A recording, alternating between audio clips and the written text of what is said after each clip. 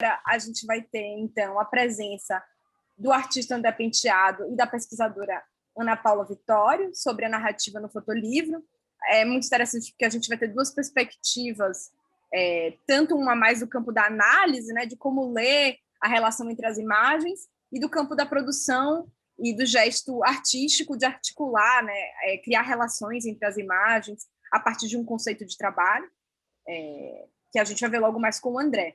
Então, apresentando rapidamente aqui, já que a gente vai começar, a Ana Paula Vitória é pesquisadora, ela é doutora pelo Programa de Literatura, Cultura e Contemporaneidade pela PUC-Rio e mestre em Comunicação pela Universidade Federal de Juiz de Fora. Atualmente, Ana Paula trabalha em pesquisa de pós-doutorado na University of Free State, onde ela investiga montagem, transmedialidade e processos criativos em livros fotográficos. André Penteado é artista visual, sua obra investiga temas como fatos da história brasileira e momentos de grande intensidade emocional, como a perda de seu pai por suicídio. Publicou 5 livros: O Suicídio do Meu Pai, Cabanagem, Não Estou Sozinho, Missão Francesa e Farroupilha, e venceu com um deles o prêmio Pierre Verger de fotografia, e foi selecionado também para o programa Rumos do Itaú Cultural e no prêmio Chico Albuquerque de fotografia. A gente vai conhecer um pouco mais sobre esses títulos e trabalhos do André. Então, eu vou pedir... Bom, primeiro eu vou agradecer a presença do André e da Ana por terem topado o nosso convite, aceitado compartilhar um pouco do processo de pesquisa e de produção de cada um. E vou convidar a Ana para começar, então, contando um pouco sobre o processo de investigação dela sobre os fotolivros e relação entre a abordagem cinematográfica com a abordagem de construção de imagens nos fotolivros. Ei, gente, boa noite, é um prazer. Eu gostaria de agradecer a Lovely por esse festival, por essa oportunidade de não só estar aqui hoje falando, mas de ouvir todas as conversas interessantes que eu ouvi ao longo da semana, pelo prêmio, pela maratona. Então, parabéns e muito obrigada por essa semana de refrigério, né, que a gente está tendo. Eu vou compartilhar aqui uma sequência de algumas imagens que vão meio que pontuar o que eu vou falando, só para...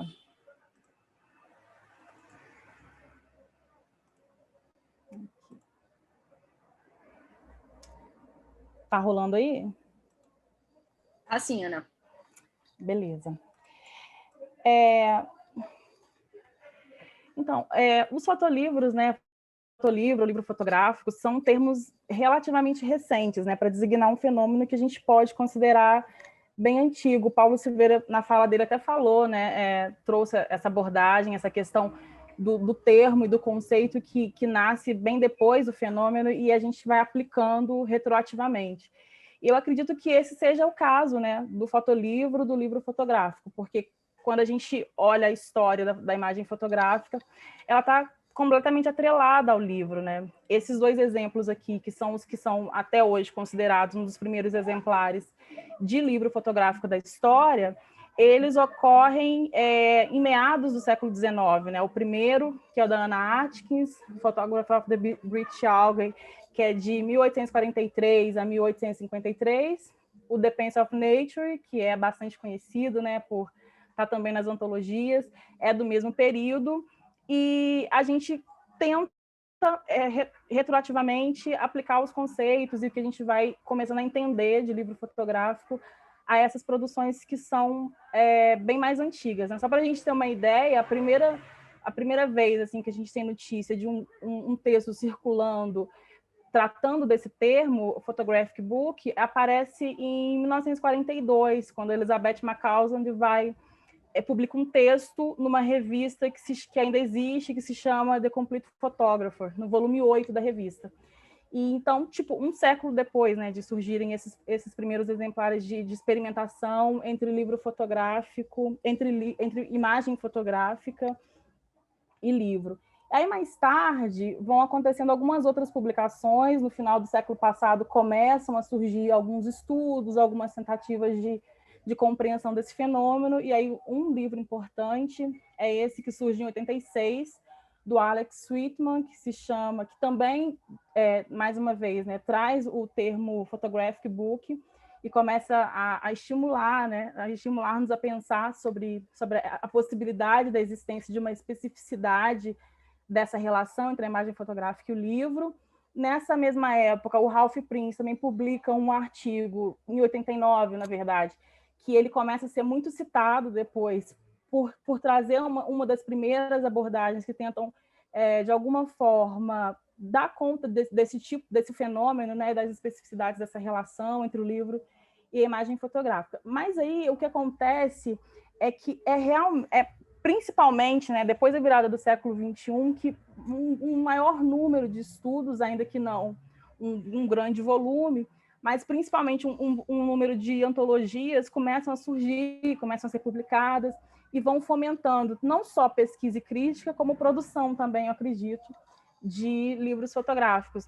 E aí, exemplos são essas duas publicações do Andrew Ruff, que é uma de 2001 e outra de 2004, e o exemplo também da publicação do Horácio Fernandes, do Fotolivro Latino-Americanos, que é de 2011.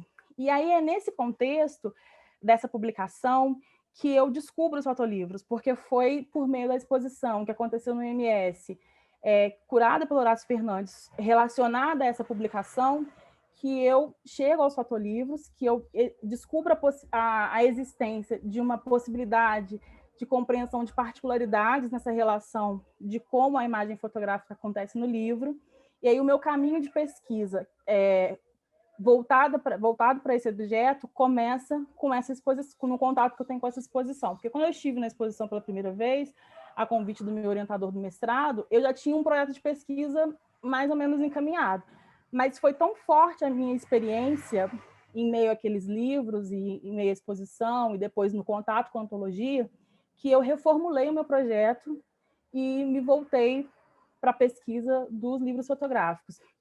E aí, enquanto eu circulava pela exposição, e depois quando eu manuseava a antologia, algumas coisas foram me inquietando e se tornaram meu objeto de pesquisa, que foi uma pergunta assim, que era o que caracterizava o fotolivro e o que fazia com que um livro com fotografias recebesse um termo específico para classificá-lo e diferenciá-lo dos outros livros com fotografia que existiam.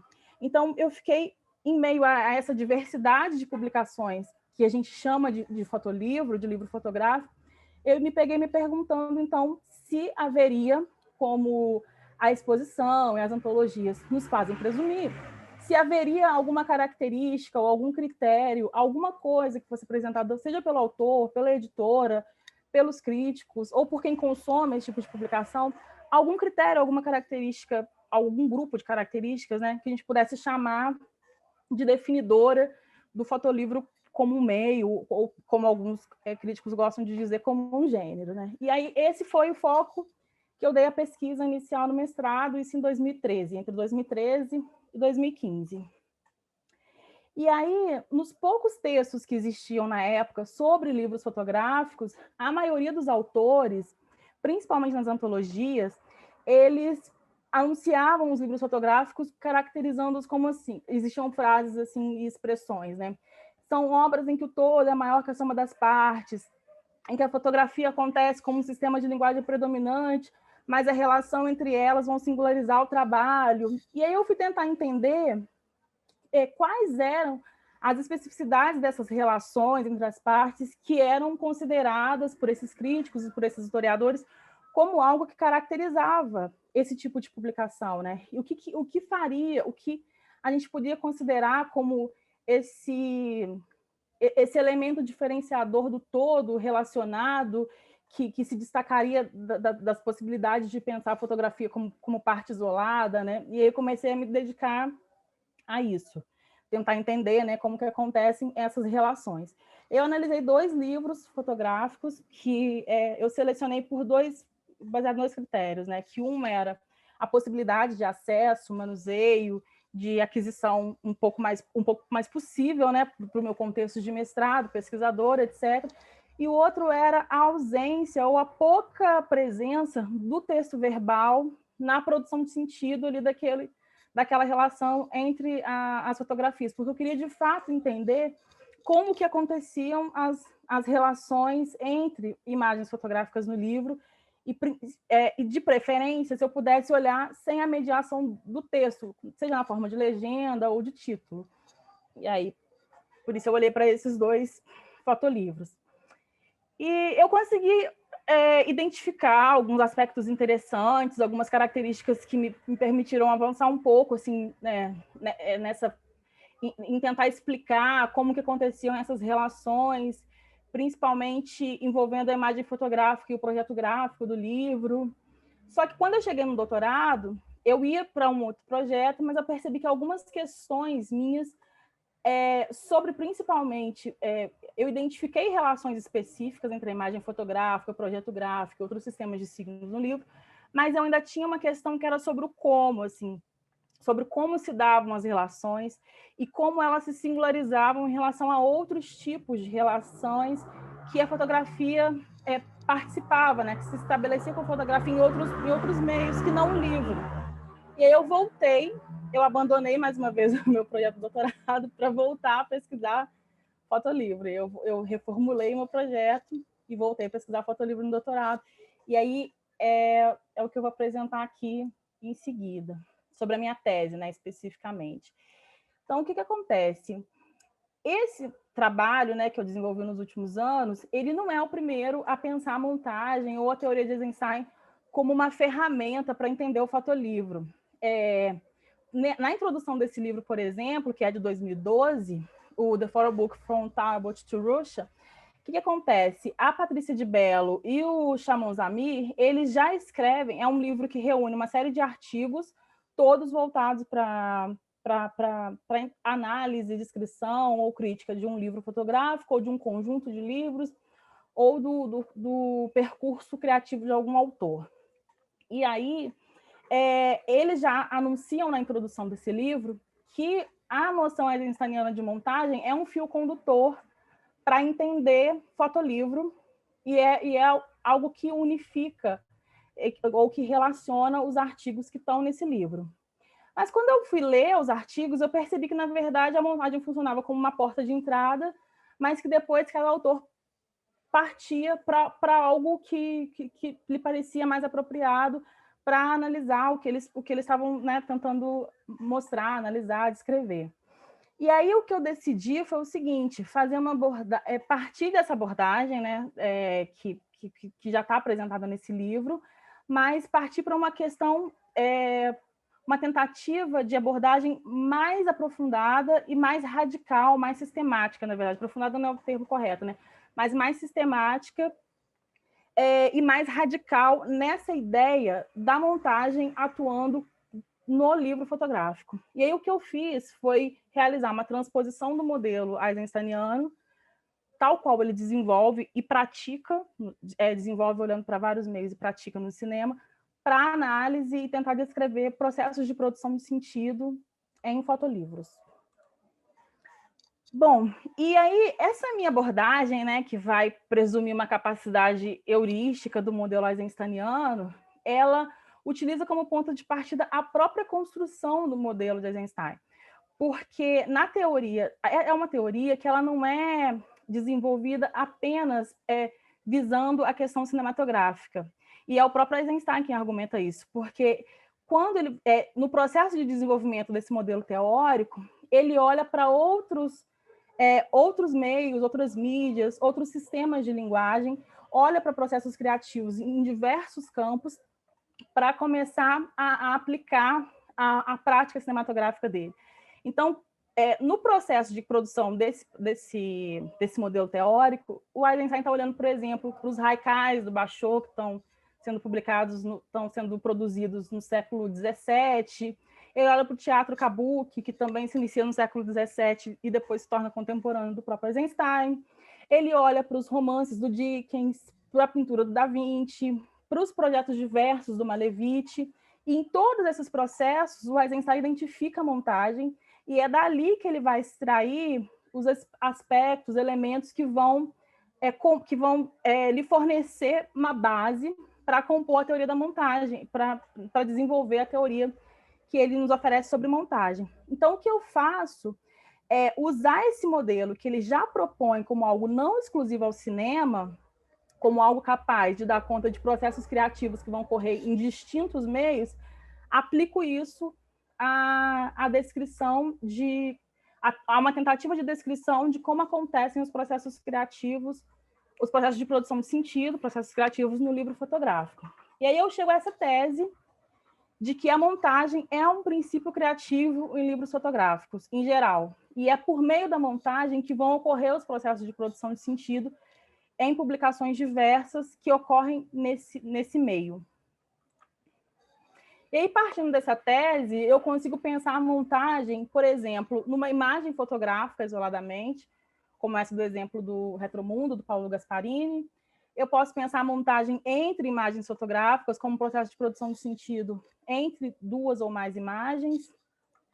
Eu posso pensar montagem como processo de produção de sentido que vai relacionar a imagem fotográfica a outros sistemas de signos, como, por exemplo, o poema. Esse aqui é o caso do Paranoia, o Wesley Duquili, as fotos do Wesley Duquili e os poemas do Roberto Piva. Eu posso pensar a relação entre a imagem fotográfica e a pintura, como acontece nas experimentações do Miguel Rio Branco, e com o próprio projeto gráfico, né, que é o exemplo do livro da Tatiana Altberg, onde eu identifico uma relação de montagem, porque é uma relação de codependência de produção de sentido, e que um interfere nos processos de produção de sentido mesmo, né, nos permite interpretar um ao outro, assim. E aí, de acordo com esses relatos históricos que a gente já consegue, né, encontrar, que começam a ser produzidos e levantados, no Brasil, o Paulo Silveira até falou também sobre isso, um pouco a respeito dos livros de artista, né? No final da década de 70, final da década de 60, perdão, início da década de 70, que começa uma profusão de experimentações sobre fotolivros, tentativas de relato histórico já, né, de catalogação de fotolivros no Brasil, já nos permitem identificar isso. E aí é um fenômeno que a gente pode considerar que há uma certa profusão de volume de produção e de experimentação entre a década de 70 e 90. Então, para a produção dessa tese, eu pego 4 fotolivros que são publicados aqui no Brasil nesse período e vou e analiso-os como processo de montagem, tentando testar a então hipótese, né, que hoje eu trago como tese. E aí eu pego fotolivros, mais uma vez, que tenham inteira ou predominantemente sequências formadas por imagem fotográfica. E são livros que a gente consegue ver, né, que apesar dessa característica comum, né, que é a quase ausência do texto verbal, são livros que são muito distintos uns dos outros, né? Não só pelo momento histórico em que ocorrem, mas por características mesmo, né, de experimentação da fotografia, e proposta de narrativa, etc. E o primeiro é em ordem cronológica, é Viagem pelo Fantástico, do Boris Kossoi, de 71. Segundo, Amazônia, de 78, Cláudio Andujar e Jorge Love. O terceiro também é do Jorge Love, que é São Paulo Notações, de 82. E, por último, eu volto a analisar o Silent Book, tentando essa cobertura dos anos 90. Bom, e aí, logo de cara, assim, quando eu olho para esses fotolivros, sob esse guarda-chuva da noção de montagem, 2 coisas muito importantes que parecem ser óbvias, mas que ao longo da pesquisa eu vou descobrindo que, na verdade, são questões que vão nos dizendo o quão sofisticado é o meio fotolivro, são identificadas. Assim, eu consigo identificar 2 características muito importantes e que, às vezes, de tão basilares no meio, elas podem passar batidas, mas elas, na verdade, são responsáveis por possibilitar uma série de experimentações e do que a gente vai considerar depois, quando a gente vê obras acabadas como geniais e incríveis, etc. A primeira é o fato de que, no livro, as condições em que a fotografia é impressa vão sempre sugerir, ou frequentemente, predominantemente, sugerir novas interpretações que vão alterar a relação daquela fotografia com o referente. Ela vai se comportar de uma maneira muito distinta da que ocorreria se ela estivesse isolada, principalmente, ou colocada em outro contexto que não aquele livro. E isso permite uma série de possibilidades de exploração em relação de produção de sentido. É basilar no fotolivro, mas é um dos principais elementos que complexifica o meio. E o outro é o fato de que o fotolivro também, no fotolivro, ele vai atuar de uma maneira muito distinta daquela quando ele vai mediar, por exemplo, uma prosa literária. Quando ele está relacionado à fotografia, na produção de um fotolivro, ele não é um suporte, uma mídia técnica, mas ele acaba por se configurar na própria presença material da obra que ele está integrando. E isso também, quando o artista tem consciência e explora isso com radicalidade, os resultados que a gente encontra são os mais incríveis, porque é realmente um dos pilares assim, de processos de produção de sentido nesse fotolivro, nesse meio, né, que a gente hoje chama de fotolivro. E aí, voltando aos trabalhos que eu analisei, quando eu utilizo a tipologia, né, do Eisenstein como ferramenta para tentar entender esses processos de produção de sentido nessas obras, eu observo que em cada uma delas a montagem ela vai se desenvolver de uma maneira muito singular. E aí eu faço um parêntese porque eu não estou aqui dizendo de processos em que o autor tenha uma consciência ou uma intenção de aplicação de processos einsteinianos de montagem no livro fotográfico, no fotolivro. Mas o que eu estou propondo é uma compreensão da montagem como algo que é intrínseco ao meio fotolivro e que vai ocorrer independente do que a gente possa descrever como a intenção do autor na produção de um trabalho específico. Algo mais como característico do meio mesmo. E aí, sobre essas especificidades que eu vou encontrando quando eu olho para cada uma dessas 4 obras, né? A primeira, Viagem pelo Fantástico, na ordem cronológica, né? É um exemplo de um livro interessantíssimo, é um dos meus preferidos, assim, e ele vai se desenvolvendo num processo muito interessante que vai relacionar testemunho fotográfico e ficção. E aí, a maneira como o Kossov vai organizando, produzindo as fotografias que vão sendo sequenciadas nesses contos fotográficos, a gente vai observando que os processos eles ocorrem muito baseados no que a gente chama de conflito, que é um choque, uma colisão, e nesse caso que vai explorar uma série de aspectos simbólicos dos elementos narrativos que a gente vai observar na imagem fotográfica ou na sequência de contos. Porque a maioria das fotos que a gente vê aqui, elas são roteirizadas, são produzidas, então os elementos que a gente vê em cena, eles são muito bem estipulados e muito bem organizados, de modo a produzir uma série de conflitos sobre o que a gente entende, usualmente interpreta, como os espaços, como característicos de determinados espaços, determinados personagens, determinados corpos. E isso vai acontecendo ao longo de todo o livro. E aí...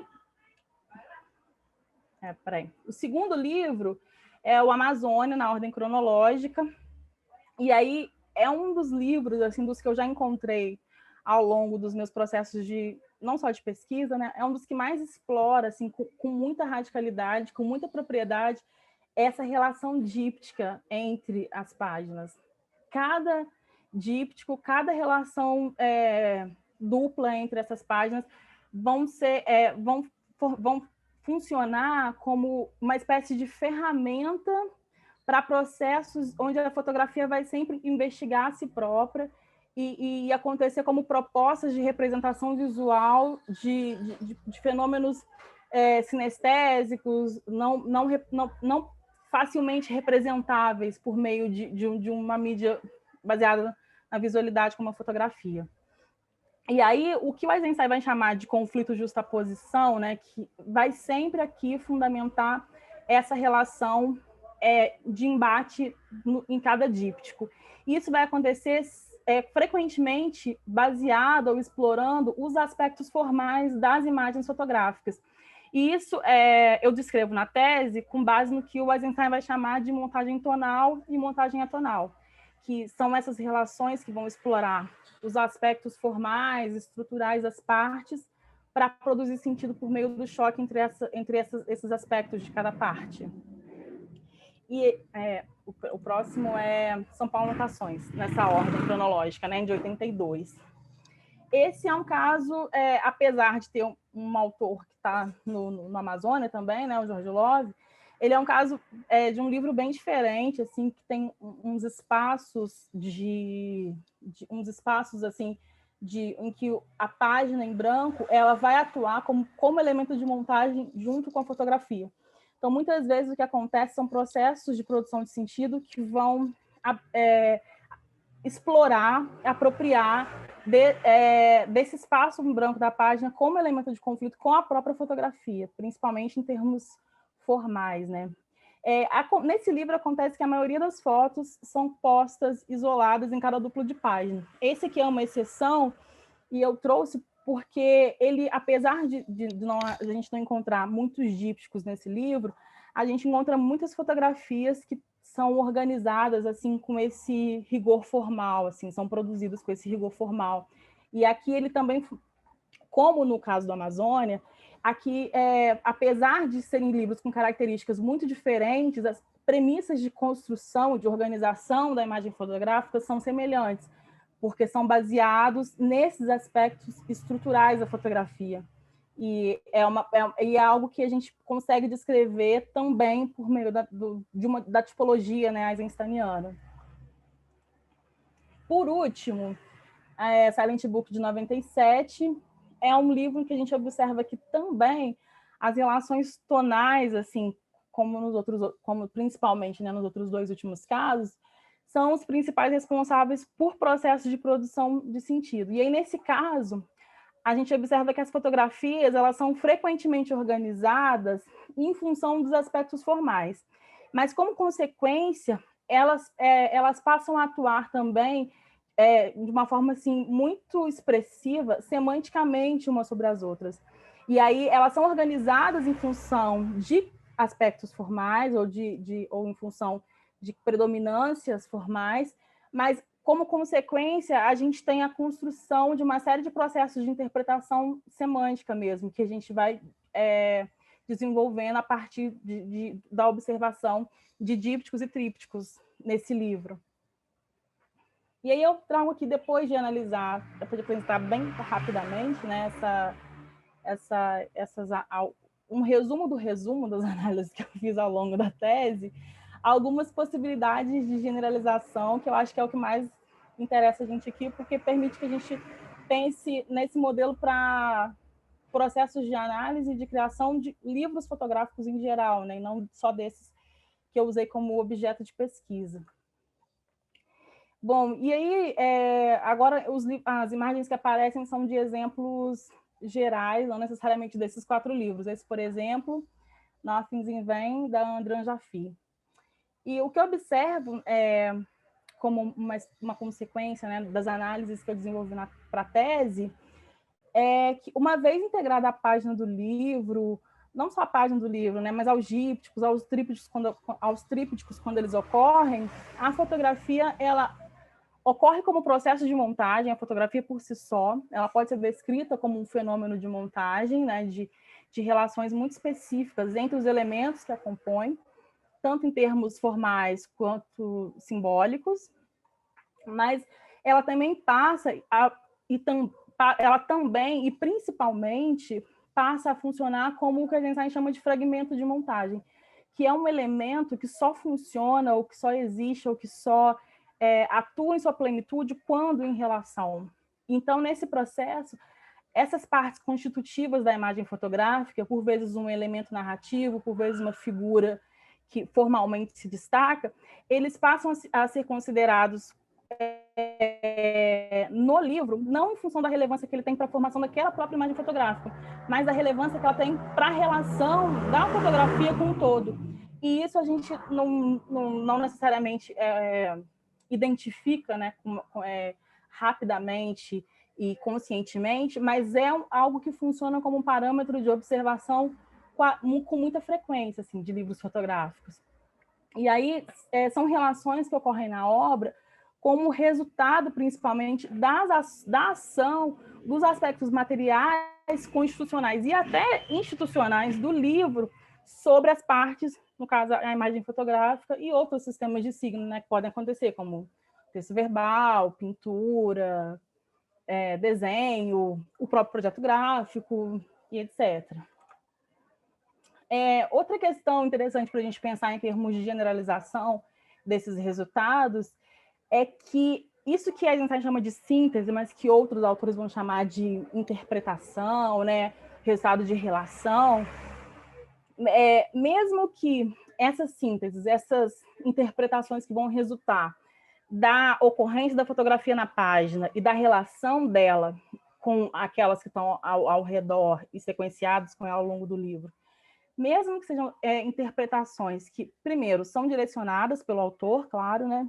Segundo, são imprevisíveis de alguma maneira, porque elas vão depender da experiência do observador, vão depender de uma série de questões do contexto em que o livro é acessado, o tempo em que o livro é acessado, tudo isso influi. Mas o que a teoria da montagem nos permite observar é que, apesar dessas interpretações serem cambiáveis, a constatação dessa influência, dessa interferência de uma parte sobre a outra, isso é indubitável, porque sempre que a gente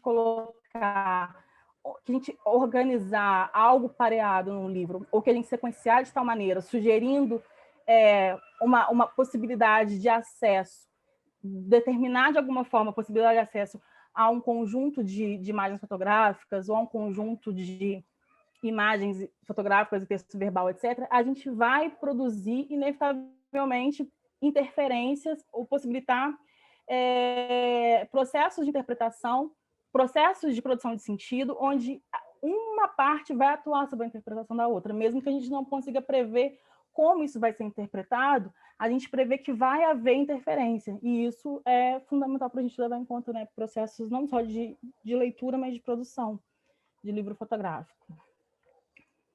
Essa imagem aqui, ela é de um dos contos do Viagem pelo Fantástico, se chama Cenas numa Casa, esse conto, porque o Kossoi, ele organiza esse livro fotográfico, ele organiza esse livro a partir do que ele chama de contos fotográficos, que são sequências pequenininhas de 2 a 6 páginas, que vão organizar, onde ele vai sugerir, né, possibilidades de interpretação narrativa dessas fotografias, dessas sequências fotográficas como contos.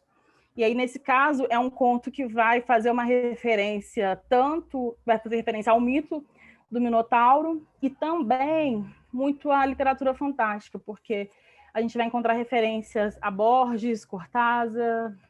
É um conto bem interessante, é um dos últimos do livro. Então, voltando às generalizações, o que eu observo, assim, em todos os casos que eu analisei até agora, é que quando a gente está pensando nos dípticos, né? Na formação de dípticos e trípticos e relações duplas, assim, que a gente vai observar, como nesse caso aqui, a interferência de um sobre o outro vai ser inevitável, né? E aí, esse é um processo que vai se repetir em escalas, não necessariamente, né, obedecendo uma sequência regradinha, porque a pessoa pode acessar o livro de formas variadas. Mas o que acontece é que esses processos de justaposição, que é de processo de produção de sentido que acontecem só por meio da relação, que existe inevitavelmente como consequência de relações, ele vai acontecer ao longo do livro, formando o livro como um todo, até que quem acessa, de alguma forma, alcance o que o Eisenstein vai chamar de conceito da obra, que ele chama de imagem também, ou conceito, uma compreensão, uma sensação, algum tipo de entendimento que a gente pode considerar geral sobre aquele trabalho. Por enquanto, só. Eu acho que eu disparei a falar, né? Eu nem olhei se tinha pergunta. Não, tudo bem, Ana. Acho que era uma aula, assim, que realmente eu estou um pouco sem palavras, assim, nem pensei em interferir, porque, enfim, é um fluxo de pensamento. Acho que se você... que livro é esse que está na tela? Só pra... Esse é um livro que eu, inclusive, coloquei aqui de propósito para divulgar a base de fotolivros sobre África, né, que o Ben Kriwen que eu tenho, que vai se tornar publicação em breve, espero. E aí esse é um dos livros que está lá na base de dados. Ele é sobre uma revolta que aconteceu em Guiné-Bissau, e o autor, o fotógrafo, ele não é do continente, ele é italiano, se chama Uliano Lucas, é de 70, 1970 esse livro. Se você puder colocar depois a referência, eu acho que, enfim, vai ser uma ótima referência. Colocar no... Vou colocar no chat aqui. E se você quiser fazer um curso também com a sua tese de doutorado, eu acho que eu já sou a primeira inscrita para compreender melhor esse elemento eisensteiniano. Rápido, né? É uma quantidade de informação muito grande, eu acho, que para conseguir processar. Mas eu acho que você chega num ponto fundamental, assim, né? Que é identificar o fotolivro não pelo formato, não por nenhuma fórmula de edição ou modelo, mas pelo gesto de edição, né? Mesmo que os fotógrafos e fotógrafas e editores não estejam conscientes dos mecanismos de construção de sentido eisensteinianos, existe no fotolivro esse gesto, a edição como um gesto consciente de escolha, né? E como você coloca a própria fotografia, né? Esse espaço onde o jogo de presença e ausência são sempre muito em xeque, assim, né? São sempre definitivos para como as pessoas vão ler, ainda que o sentido da imagem não seja dado, né? A gente não possa esgotar a possibilidade de interpretação, principalmente quando essas montagens amplificam assim a potência interpretativa. Eu vou fazer uma pergunta, a gente não tem nenhuma pergunta por enquanto, a Daniela acabou de colocar, que queria te escutar falando sobre o que ela pensa, sobre o que você pensa dessas diferenças de nomenclatura entre fotolivro, fotozine e livro de fotografia. E aí acho que depois a gente passa para o André. Então, quando eu fui jurada, né, do Prêmio Nobel de Fotolivro. E aí, enquanto eu olhava os projetos, eu justamente estava me perguntando isso, né? Eu falava, gente, mas alguns, na minha visão, de não fotógrafo, não designer, não, alguém que não editou nada, mas que olha só teoricamente, né, só analisa fotolivros, eu ficava olhando e perguntando, mas me parece que alguns desses projetos funcionariam melhor com o que eu costumo ver e chamar de zine, mas assim, eu acho que possibilidades da gente estabelecer categorias muito fixas vão sempre funcionar vão sempre ser meio que ciladas, assim. Eu comecei agora, isso é em relação ao fotozine e fotolivro, né? Porque alguns, eu lembro que eu acho que eu ouvi alguém falando, acho que na nossa própria reunião mesmo, sobre a questão da circulação, né, da função, alguns olham para esse lado, né? Eu acho que foi o Walter que falou sobre isso, sobre a possibilidade de circular mais rápido quando é um zine e sobre uma espécie de cuidado maior no processo de edição, que até muitas vezes encarece o produto e a gente no que a gente chama de fotolivro, né? Talvez seja uma possibilidade de compreender essa diferença, assim, talvez o próprio projeto, né, ou a própria necessidade de quem está atuando na autoria daquilo pode já indicar a possibilidade de diferenciação, né? Mas eu não saberia, sei lá, apontar uma diferença fixa e nem gostaria, assim, porque a gente pode ver uma coisa bem pequena que se parece com um zine funcionando, sendo apresentado como um fotolivro e a gente não pode contradizer, né? Porque não é assim que funciona, o processo criativo nem pode ser assim. Né? Sobre a questão da palavra, do termo fotolivro e livro fotográfico, existem alguns autores aqui no Brasil que entendem a palavra fotolivro, esse neologismo, né, como uma espécie de equívoco de tradução. E aí passam a chamar de livro fotográfico e advogar que a gente chame de livro fotográfico, porque photobook não se traduziria em português, ou fotolivro não se traduziria em português como fotolivro. Mas isso acabou virando uma polêmica assim meio pouco fundada, né? E acaba que, em função, eu acredito até mesmo, da antologia do Horácio Fernandes ter circulado muito aqui no Brasil, e ter sido uma das responsáveis por a gente estar discutindo isso mais, inclusive pela minha tese existir, né? Inicialmente, assim, foi por lá que eu descobri esse tipo de publicação. Eu acho que acaba que vai funcionar como uma formação de um conceito mesmo, independente de ser ou não, de poder ou não funcionar como uma tradução de um termo que já existia em outros idiomas. Não sei.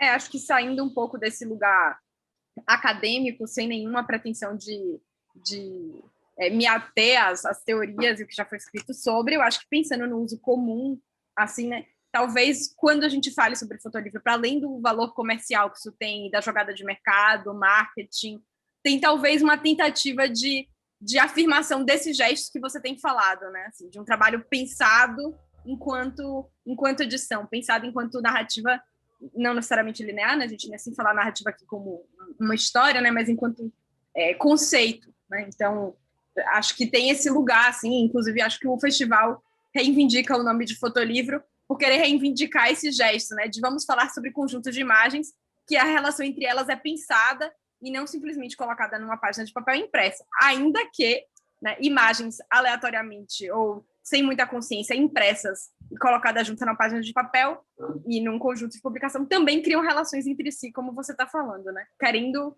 ou não, esse gesto de colocar junto, mesmo que ele não seja um gesto consciente, cria novas relações O que o Eisenstein diz é que esse é um processo que a gente vai identificar em diversos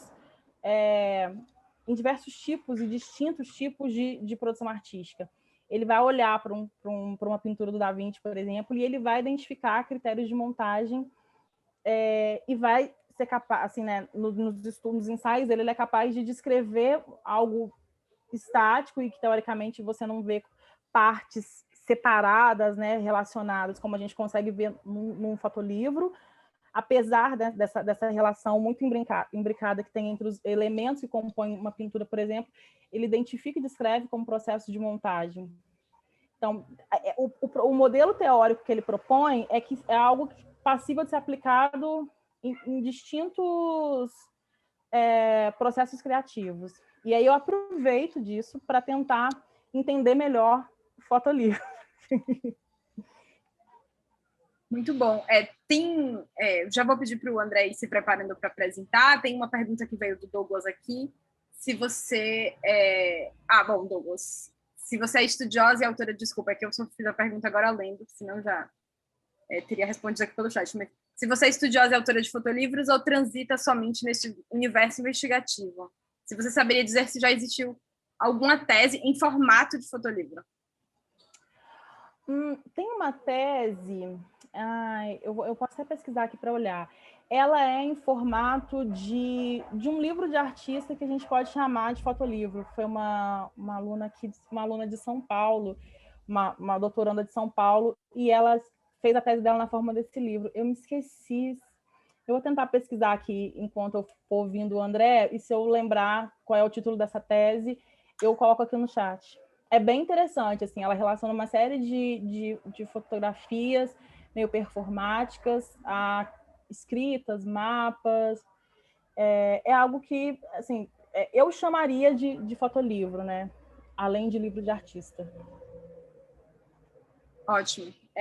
Vou deixar uma pergunta no ar, que eu acho que é uma pergunta que eu gostaria de colocar para o André, tanto quanto para você, e aí a gente pode ir pensando sobre ela ao longo da conversa, assim, mas na verdade, um desafio que eu, como, sei lá, pesquisadora e fotógrafa, identifico e vejo também quando assistindo a maratona de edição do Lombada e acompanhando o processo de edições de amigos e amigas, que é esse desafio de se a relação entre duas imagens acaba por explicitar demasiadamente o significado ou o sentido que você está querendo construir, ou se ela abre a interpretação e a possibilidade de leitura desse conjunto de imagens, assim. Não é uma pergunta em busca de respostas, mas mais para saber, enfim, como vocês veem essa relação, né?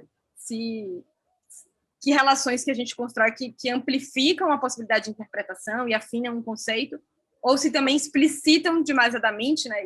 E deixam a relação das imagens meio óbvias, a gente cai no lugar das coisas que é muito explícita, muito descritiva e didática, assim.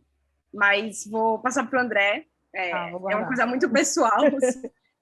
Não, mas eu vou guardar para falar depois. Eu acho que a gente vai até poder usar exemplos do trabalho do André para mostrar que eu acho que não, né? Que o contrário, que até amplifica sempre o processo de interpretação, mas vou deixar. Obrigada pela sua apresentação. Bom, André, podemos então conhecer um pouco do seu processo de produção de fotolivros e acho que usar um pouco do arcabouço todo teórico que a Ana vem munindo a gente para entender melhor a produção de criação do artista também. Oi, boa noite, estão me ouvindo? Sim, Bem, estamos ouvindo ótimo. então, boa noite a todos. Quero agradecer, primeiro de tudo, a Lu, ao Fujoca, a Dani, a Natália, da Lovely House, por essa iniciativa aqui tão legal e animadora em momentos tão malucos que a gente está vivendo, né? Nesse momento louco do mundo, governados por um maluco, temos que sobreviver e poder criar e compartilhar e aprender um com os outros é super importante, então obrigado. Obrigado a Ana também por compartilhar todo o estudo dela. Assim, eu, como um criador, gosto de ler e ouvir e aprender mais sobre a teoria das coisas, que muitas vezes a gente faz intuitivamente, né? Quer dizer, é um processo constante de ler, estudar, fazer, se deixar levar. A resposta para a sua pergunta, Dani, é não sei, não sei. É difícil saber ou ter uma resposta sobre o que acontece quando a gente junta duas imagens, eu acho que é um mistério, né? Eu estou lendo agora com o pessoal do meu GE um texto do John Berger sobre ambiguidade na fotografia, eu recomendo a todo mundo, né? Quer dizer, a fotografia é essa coisa meio mágica, estranha, que a gente não entende direito, né? Esse registro, claro, né? Hoje em dia a gente pode estar falando até de uma imagem que parece fotográfica, mas é toda criada digitalmente, mas pensando só na imagem fotográfica que reproduz algo que existiu na frente da câmera, que é o tipo de trabalho que eu faço, né? Quer dizer, eu escolho conscientemente alguns trabalhos meus, uma imagem de viés documental, né? Que seria essa imagem com 1 milhão de aspas, neutra, que registra algo que está na frente da câmera, exatamente para jogar com essa ambiguidade, com isso que não é tão simples entender o que é essa imagem. E ao criar livros, que foi uma coisa que aconteceu na minha vida quase por acaso, por uma decisão, por uma série de decisões que aconteceram, que me levaram para o mundo do livro, tentar aprender o que é essa complexidade de quando a gente junta mais imagens, né? Quando a gente cria narrativa. Quer dizer, a própria imagem já contém muitas vezes uma narrativa e ao colocar uma sequência de imagens, em que eu já adianto logo que para mim é um processo muito longo, demorado, doído, intuitivo, de tentativa e erro, que uma hora chega num resultado que me parece correto sem que eu consiga estabelecer regras para que isso aconteça. Na verdade, é um trabalho mesmo de ficar no ateliê tentando. Pensando no tema da conversa proposta, eu acabei preparando uma pequena apresentação que fala mais do meu processo pré-livro do que do livro em si. Quer dizer, ele fala até chegar a um certo ponto e como eu crio a narrativa, eu vou tentar elaborar aqui ao vivo junto com vocês, porque é difícil, não tem uma regra, né?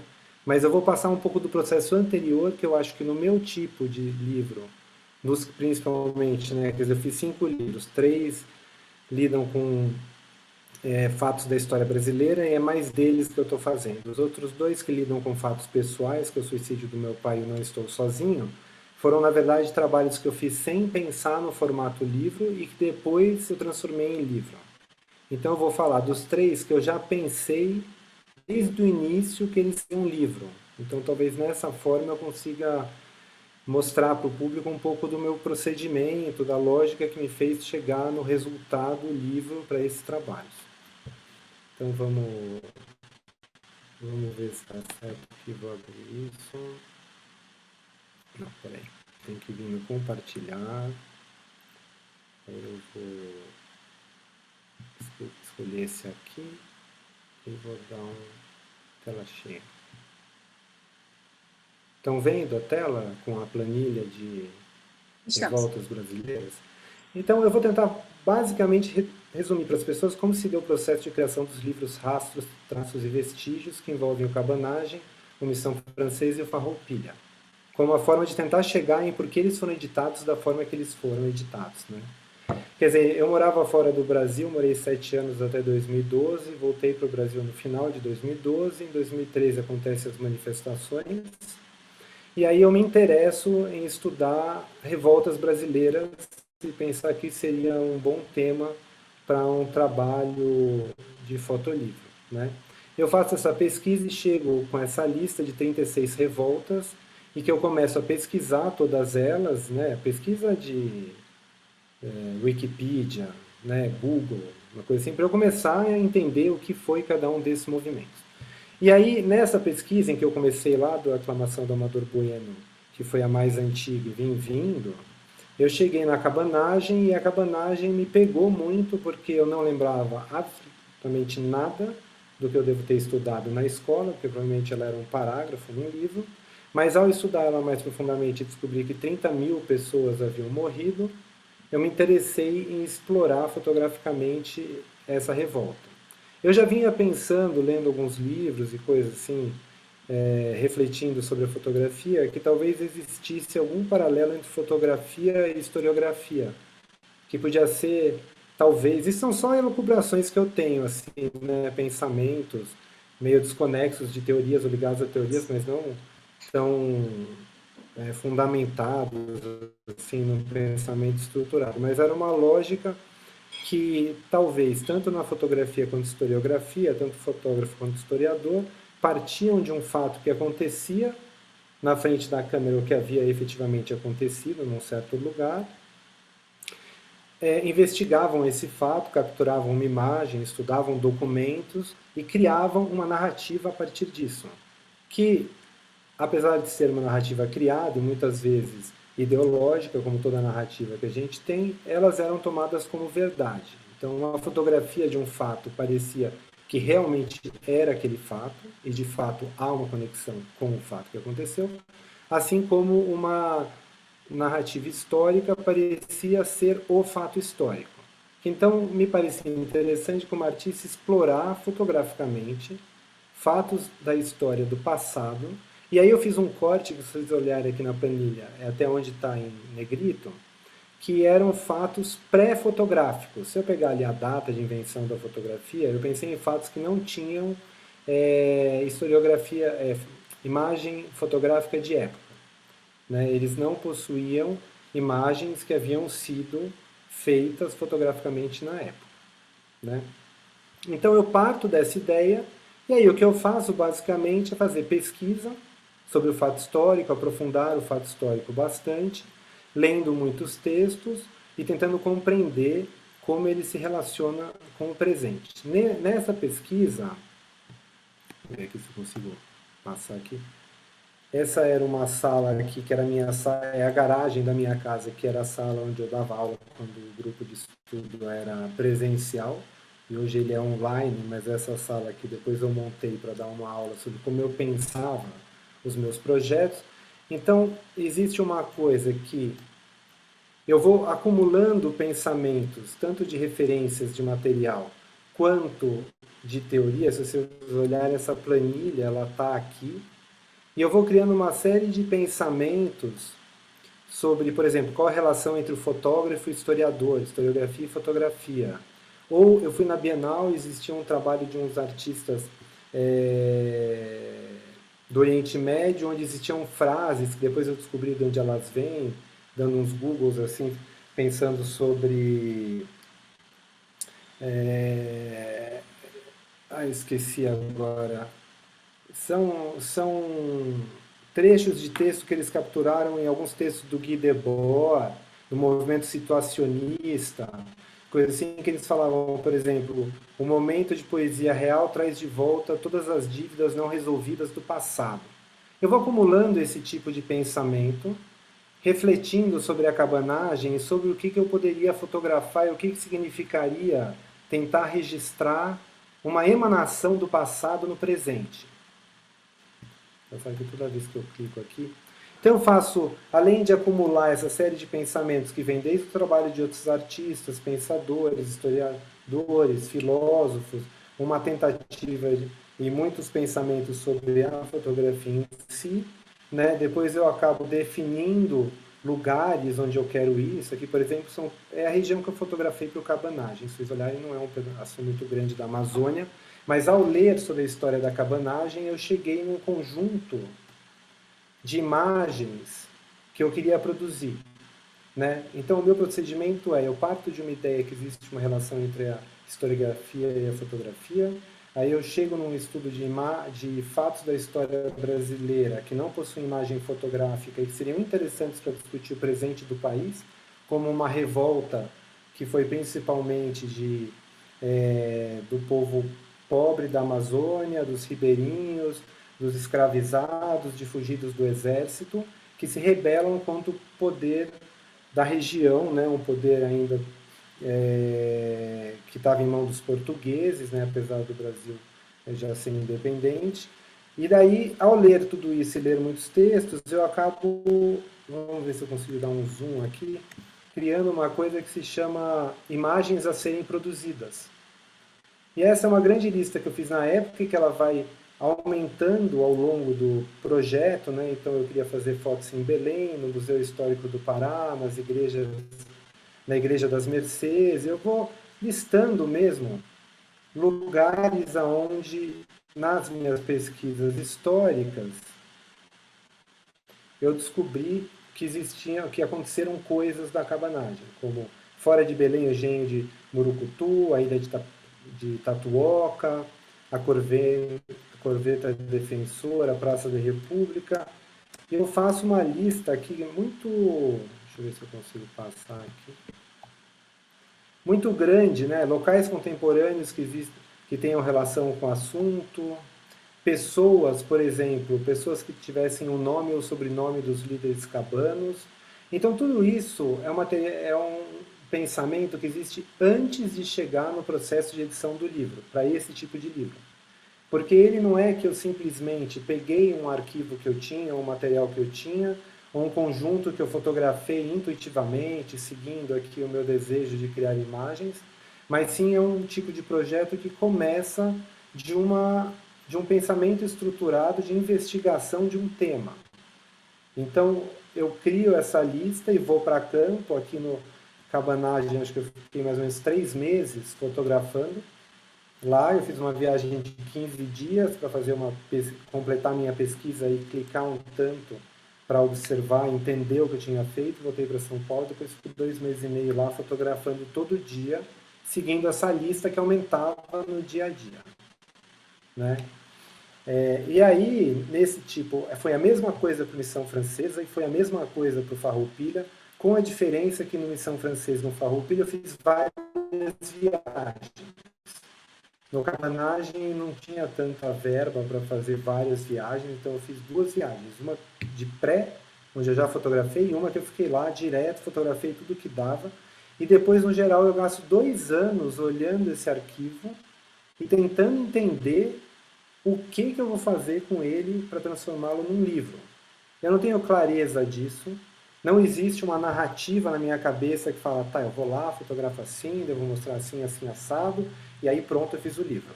Não, nos 3 casos eu gerei entre 13 mil e 15 mil imagens, se bem que tem muita repetição, né? Eu fotografo digitalmente, então se aperta o botão, já aperta logo 30 vezes, né? Faz pá, pá, pá, pá, pá, mais ou menos assim.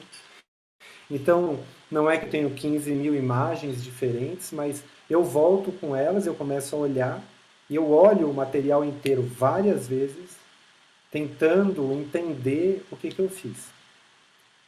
Então, aqui eu vou pedir para quem está assistindo a nossa conversa, fazer aqui uma viagem, então, salto na cabeça, porque eu fiz um começo do Cabanagem, que eu já tinha organizado, e pulei agora para um Farroupilha, né? Mas é o mesmo processo que eu fiz em todos, mas eu não tenho esse processo do Cabanagem na Fábio, né? Ao criar todo esse bolo de imagens, que eu não sei exatamente o que é, eu tento organizar as imagens a partir de uma proposição que eu faço do que pode ser o livro.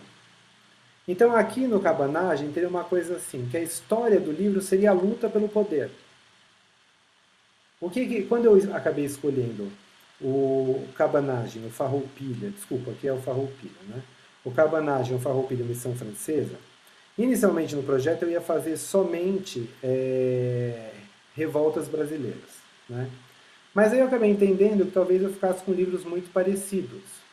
Então, a minha ideia é fazer 5 livros, dos quais eu fiz 3, os outros 2 eu não sei se eu vou conseguir fazer, mas eu pensei assim, a Cabanagem, porque é uma grande revolta que aconteceu no Brasil, popular, que matou o governador da província, o que não é um fato comum na história brasileira, e que depois foi brutalmente reprimido pelo governo imperial, e que morreram 30 mil pessoas e a gente não sabe nada. Então a gente fala que o Brasil é um país sem revoltas populares, sem o povo lutar para melhorar a sua condição de vida. Na verdade, teve a cabanagem e a repressão foi violentíssima. E apesar, então, é uma coisa enorme que ninguém conhece. Ou poucas pessoas conhecem, ou não se estuda tanto fora da região norte. E hoje eu acho que é um movimento que é mais recuperado em alguns lugares, mas não é uma coisa que se celebra no Brasil como um grande movimento popular que devemos honrar, pois foi o povo tentando melhorar a sua condição de vida. E aí a gente tem a Farroupilha, que aconteceu na mesma época, só que ele é um movimento de elite que luta contra o poder central, que é derrotado também, mas que é celebrado até hoje na região onde ocorreu, e tem uma leitura completamente diferente, heróica, ao contrário da cabanagem, né? E além disso, então me interessou pensar um grande evento apagado e um outro evento derrotado, mas celebrado e recontado muitas vezes. Eles seriam quase opostos, assim, nesse sentido. E aí eu acabei indo para a missão francesa também como o que seria o início do ensino de artes no Brasil, como seria a ideia que deveríamos importar um modelo de alguma coisa para o Brasil, que eu sinto, na minha percepção, que parece acontecer muito na nossa história, que a gente coloca fora da gente a existência de um modelo possível para que a gente resolva os nossos problemas, que a gente vai aprender com eles e trazer para cá, mas foi uma situação bem complexa que trouxe uma série de problemas também. Na própria vida de quem veio, no que eles conseguiram fazer e como a coisa aconteceu no Brasil. Existe um plano e ele foi executado de forma bem diferente.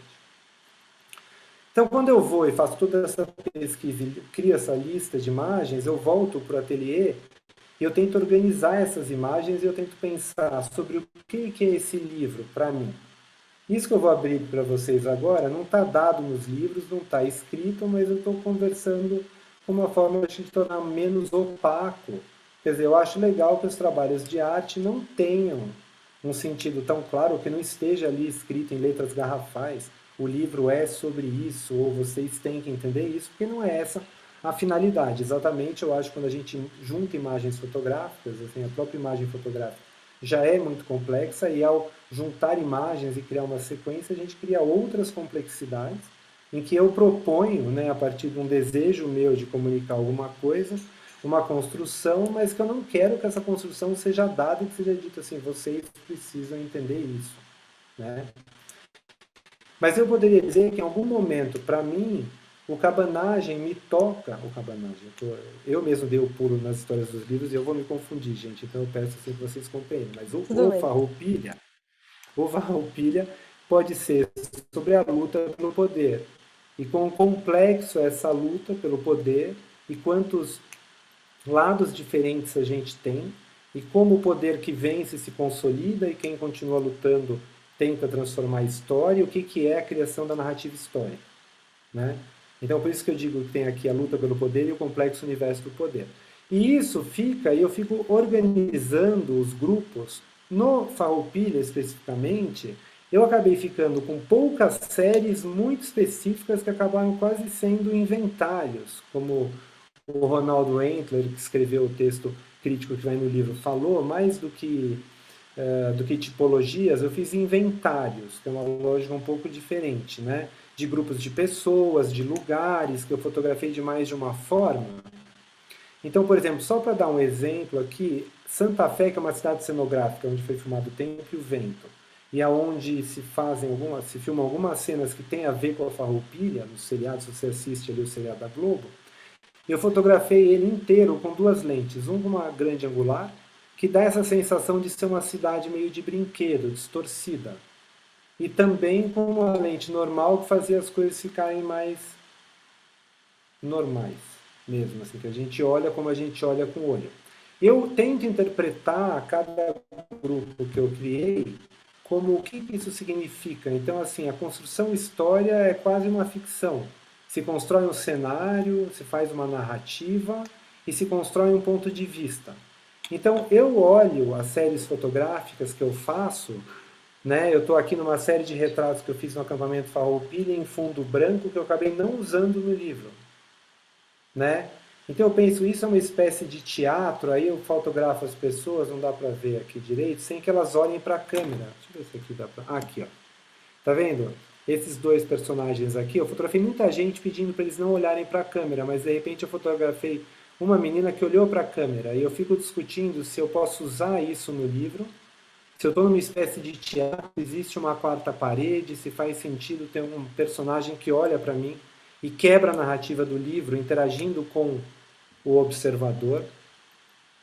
Né? Eu fotografo uma série de do que seriam as pessoas vestidas com os trajes característicos dos gaúchos, que usam bombachas, que usam os lenços no pescoço, que usam os chapéus, né? Imaginando que talvez eles possam ser o que seriam os gaúchos contemporâneos, mas o que isso significa, né?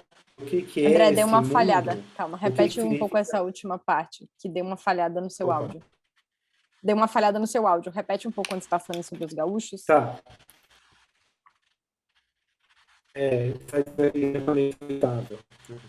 Olhando esses grupos que eu fiz, tentando entender o que eles têm a ver com esse tipo de construção de uma narrativa. Ixi, calma que a gente está com dificuldade de A escutar. gente... Só um minuto, só um minuto. Você está conseguindo me ouvir com tranquilidade? Sim. Tá, então Eu acho que estou ótimo. Tá, estava pensando se a gente desligar as câmeras melhoram. Se você quiser experimentar, talvez desligar a sua câmera é uma pena, mas só para a gente estabilizar um pouco, eu vou desligar a minha. Não, sem problema. Ó, assim. Vamos ver, porque eu tô num sítio aqui, gente, então é difícil, talvez a internet não esteja tão boa. Melhorou? Vocês estão me escutando Melhorou agora? bastante. Melhorou bastante. Tá. Eu também, Dani, desculpa que eu não marquei a hora que eu comecei a falar, eu não sei se eu estou falando demais. Não, tudo bem, porque... pode continuar. Então, a gente tem mais pelo menos uns 20 minutos. Então, basicamente, o que eu faço, gente, é ir organizando as imagens, tentando compreender o que elas podem significar dentro dessa grande narrativa que eu estou criando. Né? Eu fiz muitas séries, e antes de chegar mesmo no formato livro, eu fico tentando entender, por exemplo, se eu fotografei o Cerro dos Porongos, que é o lugar onde os lanceiros negros foram supostamente massacrados, né, traídos e massacrados, e eu fotografo à noite com flash, eu penso que isso poderia ser um filme de terror. Ou como eu fotografo as prendas e tento entender o que significa esse imaginário de um certo tradicionalismo gaúcho dentro do contemporâneo hoje no Brasil e naquela região, o que significam que as mulheres usam essas roupas e participam de um concurso onde elas cantam, dançam, falam poesia. E como eu não sou um estudioso e nem sou historiador, eu não tento chegar a conclusões nem explicar o que está acontecendo. Eu me coloco muito mais no sentido de alguém que navega todo esse universo, registra imagens e tenta deixar uma complexidade desse mundo. Né? Por exemplo, eu fotografei por 3 anos o desfile do 20 de setembro, que é onde se comemora o início da Farroupilha, e daí tem o desfile da Polícia Militar, do Rio Grande do Sul, que é a Brigada Militar. E eu fotografo esse desfile em 3 anos, cada vez fotografando coisas diferentes, que eu vou tentando entender o que é que eu estou fotografando. Eu não tenho essa resposta, né? Aí eu faço uma série de bonecos, assim, eu coloquei aqui só por exemplo, que eu faço uma série de bonecos pequenos primeiro, e quando eu chego numa coisa parecida, assim, que eu sinto que já existe um formato, uma coisa interessante, que está quase no lugar, eu começo a fazer formato, bonecos no tamanho maior, já próximo do livro, até chegar no próprio livro. Aí eu vou colocar aqui o que acontece. Quando eu fiz o cabanagem, eu fiquei lá esses 2 meses e meio fotografando tudo de uma vez, e na hora de editar eu entendi o seguinte: o fluxo que eu queria criar para o cabanagem, ele é era o fluxo de viagem por um local, por locais desconhecidos para mim, de uma história desconhecida. Então eu fiz um livro que era quase como um caderno de viagem, com um fluxo de imagens que não se explicava, né? Ele era é quase um ser que vai navegando e olhando todas aquelas coisas. O fluxo ele é pensado como uma introdução, né, que vem para a mata, assim, que vai do céu, entra na mata e fica de noite, e aí faz um corte, e aí refletindo sobre como as coisas se repetem na história da região e a violência, eu acabei criando uma edição que era toda cíclica. Se as pessoas olharem o livro hoje, elas vão perceber que existem portas, mortos, natureza, burocracia, religião, violência, coisas dilapidadas que ficam se repetindo sempre na narrativa do livro.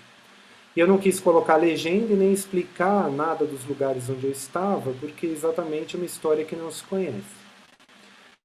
Quando eu cheguei na missão francesa, eu fiz a mesma coisa, e eu tinha o começo do livro, para quem conhece é um pouco a mesma lógica, mas ele não se resolvia, parecia que eu não chegava em lugar nenhum.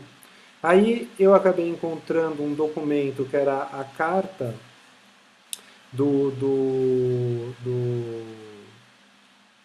Grandjean de Montigny para o Conde da Barca, com o projeto da missão francesa, e era uma tradução dessa carta, feita pelo historiador Mário Barato, e daí me pareceu que ficava muito interessante colocar o presente de coisas relacionadas à missão francesa, que é uma grande complexidade, um caleidoscópio ali de consequências que não se explicam, também com várias coisas dilapidadas, o projeto, e o livro também não se resolvia, e aí eu fiz um terceiro capítulo, que eram os alunos da Escola de Belas Artes, que me parecia completar o sonho, o desejo de ser artista, uma coisa que conectava comigo também aquela história. Então é assim, o projeto que se realizou de uma forma que não foi prevista e deu um grande caleidoscópio de resultados, o projeto e o sonho que permanece. E quando eu cheguei no Farroupilha, eu cheguei numa coisa que era um pouco diferente, onde eu terminei com umas séries muito específicas que não davam para constituir um livro que fizesse um fluxo narrativo do gênero viagem, mas que também ficou chato se fosse só uma sequência, e que eu acabei fazendo esses inventários que são contaminados algumas vezes por fotos das outras séries. Sendo que se era uma luta pelo poder, e aí eu vou passar por uma imagem de cada série, eu vou dizer um pouco o tipo de pensamento que eu tenho, porque aí em termos narrativos, dentro de cada série virou um fluxo visual, né, em que eu vou tentando construir uma música. Em todos os livros é isso, a minha construção tem a ver com uma espécie de uma música que não tem ruído, onde duas imagens não são postas lado a lado por motivos muito óbvios. Eu tento, né, fazer ligações, de vez em quando elas são formais, mas de vez em quando eu gostaria que elas fossem um pouco mais complexas, mas elas têm que ter algo formal que as liga para não ser um choque. E aí, nesse André, eu aqui, acho só que a gente está vendo a foto da sala, tipo, de uma sala com retratos isso, com homens, tá? Só para ter certeza isso, que estava aqui, tá bom. não, é isso, é isso. E aí eu vou falar aqui o que eu fiz exatamente, porque essa é uma das séries da Farroupilha, onde cada uma das séries, por exemplo, o Palácio Farroupilha, que é essa série aqui, é uma busca de fotografar um lugar onde o poder é exercido. Se a Farroupilha era uma luta pelo poder, existe o local onde hoje, dentro do campo da política, a luta pelo poder acontece, e a Assembleia Legislativa do Estado. Aí eu crio uma série de fotos muito de perto de churrasco, porque é uma expressão da cultura gaúcha que também, para mim, traduz uma espécie de violência entre espécies, mas também da violência da guerra e da carne, né, que é consumida numa luta, assim, né, é uma imagem que busca expressar assim, a violência do conflito. Aí tem uma coisa que quando uma história, um grupo vence, ele vira mitologia, ele vira uma narrativa épica, onde você tem atores de uma peça que conta a história Farroupilha. Assim como essa série ela é entrelaçada com retratos de ativistas do movimento negro gaúcho hoje, que remetem à constante luta que vem desde o século XIX dos lanceiros negros, né, pelos direitos plenos. Ali um grupo de escravizados, né, que foi traído na Revolução, e aqui ativistas como a Dona Janja, que é quilombola. Monumentos que se ligam um pouco à questão dos atores, essa mistificação, né, mitificação do que é o movimento. Cavalos da Brigada Militar, que são cavalos da tropa de choque, que são usados contra manifestantes hoje, fotografados no quartel da Brigada, né? Onde eu fiz uma série, toda a ideia não era fotografar os cavalos contra esse fundo, e sim fazer retratos deles em fundo branco, mas choveu, deu tudo errado. E ao longo de um longo processo de edição, entendi que as fotos em que a mão do domador segurava o cavalo é que significavam mais a questão da força e do controle e do exercício do poder, né, institucional. A plateia que assiste o desfile da Brigada Militar todo ano e aplaude a polícia quando desfila. Santa Fé, que eu falei que é uma cidade cenográfica, né? Então é um cenário construído para contar a história mitificada da região. As pessoas que se vestem dentro da lógica do tradicionalismo gaúcho, ou que estão com roupas assim dali de campeira dentro do acampamento Farroupilha que acontece em Porto Alegre. As mulheres que participam do concurso de prendas, né? Essa é que ganhou a prenda do ano anterior, a prenda da região sul do Rio Grande do Sul no ano anterior ao que eu fotografei, né? Ela estava passando o cetro para quem ganhou naquele ano. O próprio desfile da polícia, o local onde os lanceiros negros teriam sido massacrados, né? Quer dizer, existem monumentos ali, esse local é colocado como onde aconteceu o massacre.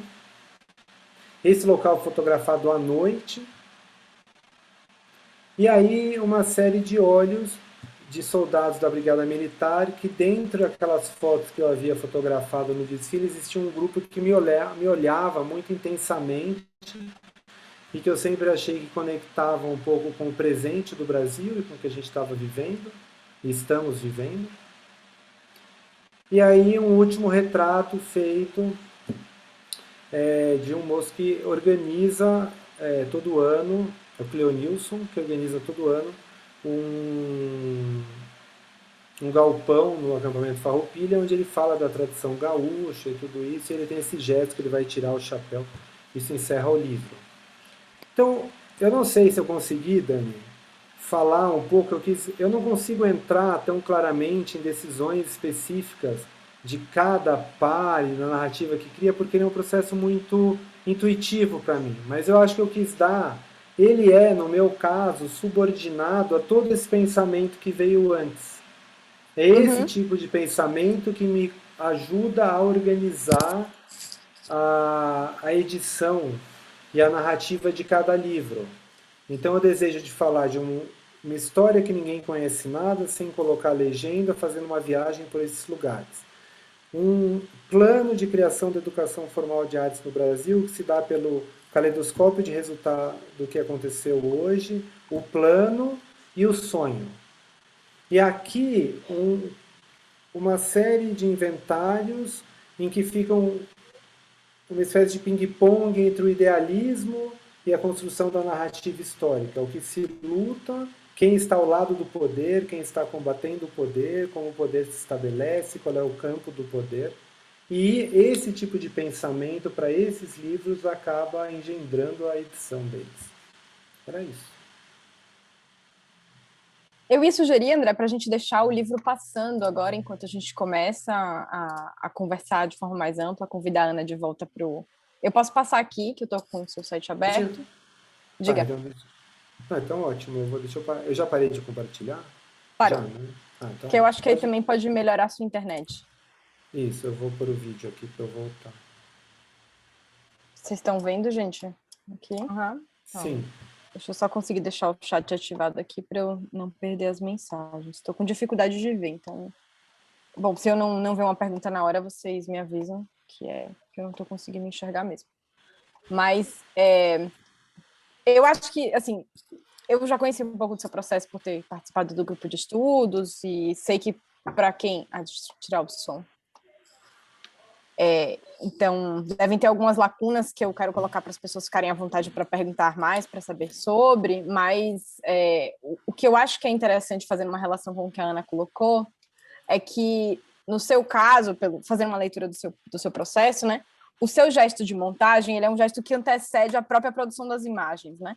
Por mais que você já não tenha definido a organização dos elementos do livro, na forma de construção do livro, você já cria um mapa de imagens mentais na sua cabeça, de elementos que seriam importantes para contar essa história, e aí a Ana fala esse conceito de montagem de uma forma mais ampla, para além só de uma imagem do lado da outra, né? Mas do que você escolhe colocar e relacionar enquanto texto, enquanto imagem e tudo mais. Então, não sei, eu acho que ele amplifica a nossa interpretação de que a montagem é um processo que acontece após a produção das imagens, ou então no momento exato de produção de uma imagem, né? Que você escolhe o enquadramento, o que vai ficar dentro e o que fica fora, assim. Então, acho que tem uma coisa que eu queria te perguntar sobre o seu processo, assim, mais para outras pessoas poderem entender ele, é que você tem algumas decisões estéticas também que me parecem serem feitas antes, quer dizer, eu sei que são feitas antes do processo de produção da imagem, e queria que você falasse um pouco sobre isso, né? Até porque, assim, no Cabanagem, a gente tem, acho que todas as imagens são praticamente fotografadas a partir de uma mesma abordagem visual, mas aqui você tem uma escolha de abordagem visual em cada grupo de imagem, né? Então, que você falasse um pouco mais sobre essas decisões e quantas outras são as decisões que você faz, mas que no processo de edição você poda, né? Digamos assim. Não sei se eu fui clara, eu fui inteligível, assim. Não, foi claro. Eu posso dizer que no começo de cada livro, que as pessoas veem o final, então parece um todo coerente, mas no começo de cada livro eu testo várias formas de fotografar e tento coisas diferentes, né? Mas eu sempre fui um cara muito apaixonado pela natureza da fotografia e por essa capacidade da fotografia em registrar a superfície do mundo nos seus mínimos detalhes, assim, esse jeito que a fotografia nos permite olhar uma coisa e mergulhar nessa coisa, porque todos os detalhes estão ali, né, que eu acabo optando em todos esses livros por fotografar sempre com a câmera no tripé, sabe, muitas vezes usando flash quando é interno, ou luz ambiente de horários não da luz bonita, né, porque eu fiquei com uma sensação investigando. É uma tentativa, Dani, de criar uma espécie de tensão no caráter documental da imagem, então do que seria uma imagem supostamente neutra, porque ela é reta, ela está no tripé, quando na verdade ela é usada para uma construção de um discurso mesmo, né? Mas ao invés de acelerar isso, é lógico que o flash é uma coisa um pouco brutal, cria uma visualidade, mas aí eu tento ligar sempre essa visualidade muito mais com uma questão de investigação da polícia, sabe? Como se fosse uma cena de crime que dispara um flash para ver tudo e não perder detalhes, do que uma coisa estética, que esse mesmo flash é usado desse mesmo jeito numa fotografia de moda, por exemplo, né? Se você pegar fotógrafos como Jürgen Teller, por exemplo, ele usa o mesmo tipo de flash que eu uso direto para fazer fotografias de moda, que é uma outra coisa. Eu me ligo mais a uma visualidade que seria de uma fotografia forense, talvez, né? Nessa coisa que assim, tá, algo aconteceu aqui, eu preciso entender, então eu vejo tudo desse jeito. Então, a minha visualidade, por mais que eu tente coisas com mais borradas, com outra luz, eu tento algumas coisas até entender o que é o projeto, mas no geral, para esses 3 livros, eu acabei optando por uma coisa assim, eu só quero olhar para tudo isso, que para mim já é muito dramático, num certo sentido, sem tanto drama, que o drama não esteja dado porque tem uma cor forte, ou porque tem uma sombra acentuada, né? O drama, quando tem, ele é dado pelo flash, eu acho que é muito direto, mas eu gosto dessa decisão de poder ver tudo, do que seria, talvez, de uma forma mais neutra, né? O Saulo tem uma contribuição aqui, ele falou que os arquétipos lembram ele do Irving Penn, mas que vai muito além da proposta desse velho mestre, e aproveitar para fazer uma pergunta. Qual a relação do direito de imagem com a produção de fotolivro? Os retratados todos cedem imagem em documento escrito? Sim. Olha, essa é uma situação hoje em dia muito complexa, né? Acho que todos nós estamos repensando e tentando entender o que é fazer um trabalho assim, mas eu sempre converso com as pessoas antes, explico qual é o projeto, mostro o meu trabalho, e aí todo mundo assina um termo cedendo o direito de imagem, e eu falo que eles vão entrar no livro, se alguém teria algum problema com isso, né, em estar no livro, em aparecer no livro, se gostaria de não aparecer, e geralmente as pessoas concordam, assim, quem não concorda não aparece. Se alguém fala, mesmo depois de ter sido fotografado, diz que não quer aparecer no livro, pode não aparecer. Mas é isso. Então todo mundo, assim, cede o termo, a imagem por escrito. Eu não gosto, eu nunca fui, da minha forma de trabalhar, de fotografar as pessoas escondido, de tirar foto e usar as imagens sem ter qualquer interlocução com as pessoas. Então, por exemplo, para todos os brigadistas aí que apareceram depois que eu fiz os trabalhos, apesar de ser um evento público, mas isso também não me autorizaria usar essas imagens. Eu fui lá, a Brigada Militar, com o PDF do livro e mostrei para todo mundo e perguntei se eles autorizavam as pessoas tratadas, né? Se tudo bem mesmo usar as fotos, daí todo mundo assina um termo de cessão de imagem para que possa ser usado. Eu acho que então você acabou de responder a Então o outra Saulo falou pergunta isso. do Saulo. Sim. E aí eu vou A aproveitar para fazer única uma... que não diga. tem, que eu Pode só falar. falar uma coisa, isso assim, eu conversei com uma advogada de direitos autorais, aquelas que são a plateia do evento, que tem tipo 20 pessoas numa foto, foi uma conversa que não precisaria da autorização do grupo inteiro. Então essa é uma que não tem, que eu não tive como nem identificar fotografando no dia quem era. Mas tudo que é centrado em uma pessoa tem autorização, pedido de autorização. É curioso, inclusive, quando você fala sobre a polícia militar, né, para a gente pensar esse processo de ambiguidade das imagens, porque conhecendo um pouco do processo, a polícia está num lugar de conflito dentro do livro, né? Ela tem um olho recortado, a gente tem uma decisão fotográfica assim que coloca em questão, né? Qual é o papel da polícia, enfim, o lugar de violência da polícia sendo condecorada pelas pessoas. Mas aí você consegue, apresentando o PDF do livro, fazer com que as pessoas concordem em estar no livro, né? Sem se sentir necessariamente questionadas por isso, né? Se eu não me engano, você falou que elas se sentiram homenageadas em estar no trabalho e participar da narrativa sobre a Farroupilha, assim, né?